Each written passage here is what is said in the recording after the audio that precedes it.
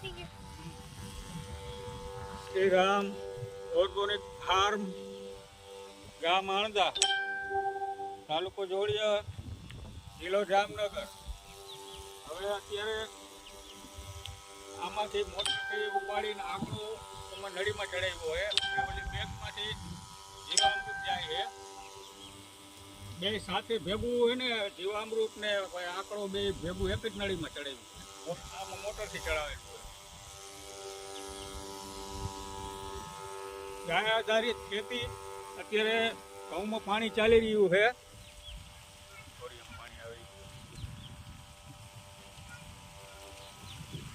આવડા ઘઉં થયા હે મોટા. આ 5મું પણ હાલે છે ઘઉંની અંદર.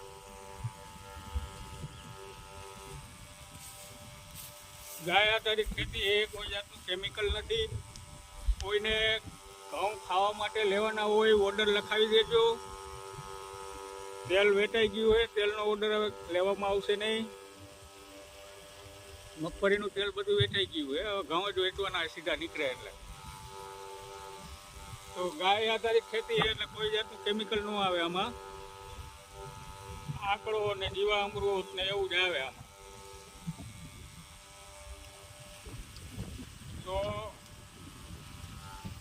આવું નેચરલ વસ્તુ ખાવાથી ઘણા બધા ફાયદા થાય પબ્લિકને.